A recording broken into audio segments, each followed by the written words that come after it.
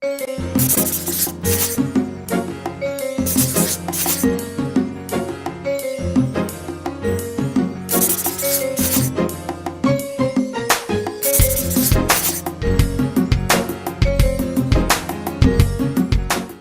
Jeff Cornwall, and this is the Entrepreneurial Mind. Today my guest is Brock Fuller with Home Sweet Home. We'll be back to talk with Brock in a minute. Talkapolis programming is sponsored in part by the Center for Advanced Dentistry, now serving the greater Nashville area. Welcome, Brock.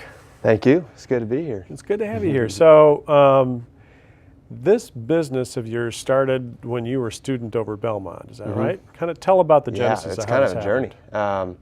So originally started, the idea was in a sophomore year. I was interning for a company, clothing company, that's in Nashville. And he kind of, does a lot of state pride and more geared towards the South.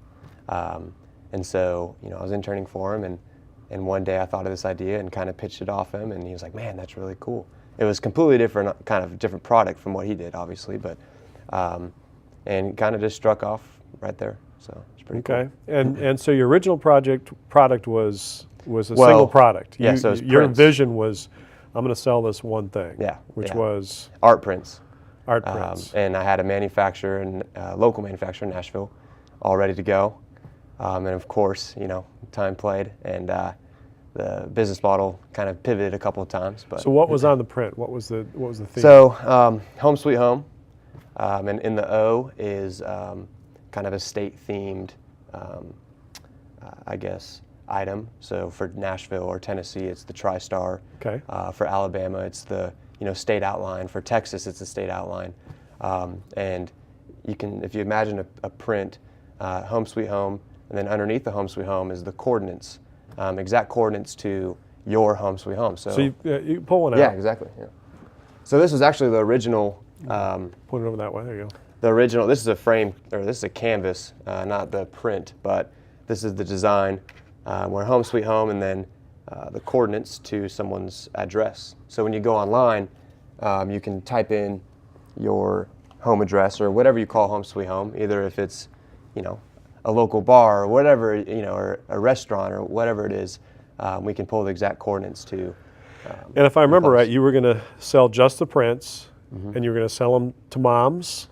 To moms. To give to their kids when they graduated from college. Exactly. Yeah, or high school. So, and that pivoted again. It wasn't. I mean, that was a great niche at the time. Right. But I think you kind of challenged me to think a little deeper, and it really. I mean, the funny story is my last final project for your class senior year.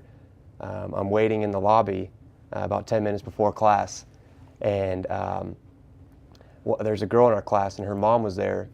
I don't think she was coming to see her daughter, do the speech or whatever, but she was there before class, and I just struck a conversation with her because she went to Guatemala with me on this study abroad trip. And through this conversation, I told her about my business, and I'm all, my suit or whatever we had to wear that day. And I'm telling her about it, and she's like, well, have you thought of realtors? And at the time, I had no idea, I had all these other target markets and these demographics that I had in mind, but it wasn't until, a week or so before my senior year ended that I kind of hit it with, my target, specific market that I wanted to reach, which is realtors. Well, and I remember in the pitch in class, you probably got about 20 more ideas from your classmates that day. It seems like every time of target markets, every pitch that we did for new babies, for for high school reunions, all of that. So, and are you finding a lot of these markets starting to pan out? Yeah, I know the realtors is taking off. Realtors is great because every time they close on a home, they always give a housewarming gift, and we offer now. Then it was prints, right? But now we do prints, frame canvas, coffee mugs, tote bags, T-shirts, pillows, and a bunch of kind of home decor. And so now they can choose from an assortment of products and put the exact, coordinates of the home and give it to them on their closing days or their closing date. And so it's great because I have a couple lined up right now where as soon as they or on the day of their closing, they take a Instagram photo or a photo on their phone and tag my company and tag the owners and say congratulations to Mr. and Mrs. on their closing today, and it shows the print. I mean, it's awesome. Right. It's kind of a perfect little social media outlet. So, as I remember, you were just maybe a titch reluctant to start this thing right out of college. I'd tell a lot of people this story.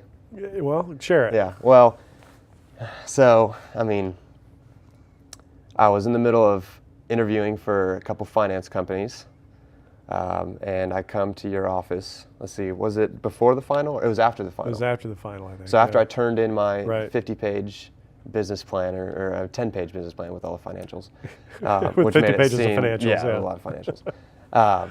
And I go to your office. I remember, and somehow in the conversation, I don't know when it started or when it popped up, was you kind of found out that I was interviewing for a finance company, and you stopped. And I could tell at that moment that we were going to have a come to Jesus meeting. And you were like, "Well, you're not doing this full time," and I was just being all over the place. Right. Oh, I don't. I thought I have it set up now where I could do it part time and I could work during the day. My parents put a lot of pressure on me. I just got this education, we paid all this money for this entrepreneurship degree, and I want to get some capital and whatever I was saying. And at that moment, you were like, you'd be stupid if you didn't do this full time. And man, I mean, you saw like the change in attitude just right then. It was just a completely different feel. Well, it's not something I say real often either. No, I mean, it's not like I'm trying Yeah. to encourage everybody to Yeah. chase every idea. It's just that I think everybody around you saw more potential in this than you saw. Yeah, I could say so for sure. Do you think that hesitancy? Do you think that reluctance has been good? Has led you to some good decisions? I think ever since I started full time. I mean, because I like to say I started full time in June, because Right. officially, yeah, I launched the company in January and the website and tried to do it throughout school, but it really wasn't official until June or so when I started full time after our Come to Jesus meeting. And I think essentially with the reluctancy, I think for me it's kind of been a journey, and I've been pushed into things, and I've experienced a lot more than, and even beyond our degree of what we learn at Belmont. It's kind of like a new adventure every day. I learn new things, and it's almost like going through these times and through these business decisions and stuff. It's just kind of, you go with it. You just, and don't really, you can be strategic like I was. I think I had this whole strategic plan in mind of, I'm going to do this part-time. Oh, I you had had your it whole all life set planned up. out, yeah. And really that changed instantly. And it's kind of been like that ever since. So what do you think your life would be like if you were selling miserable. Oh, my financial gosh. products right now? Oh my gosh. I mean, my whole family was like, they liked that I was interviewing for finance. And it was going to be good money. But at the same time, they're like, wow, we cannot imagine you sitting at an office all day. Yep. And I couldn't imagine myself that either, Well, I think your caution and your deliberateness led to, I think, a more successful launch for you, because I think you thought things through carefully, and you didn't have as many surprises as many for people sure. have. Well, you had your manufacturing processes in line, you had your shipping processes in line, and a lot of people that kind of jump into things, those details get lost. So there's some real benefit. No, yeah, I so. was really lucky. Going back to the guy that I interned for, he was the one that kind of pushed me in the direction of this manufacturer, and I caught on with that, and essentially having everything, it's where it's all outsourced in California, Right. and I really don't have to carry any inventory, and so startup costs weren't terrible, and another great thing, and something that I'm really I'm blessed to have is a loving family. My parents have been there with the support, and yeah, they were a little bummed that I wasn't going to go down the and get a job and get a 9 to 5. Well, I think you made the right decision. Yeah, absolutely. And we'll have to get you back sometime soon and find out about your progress. Let's do it. Thanks, Awesome. Brock. Good to Thank see you.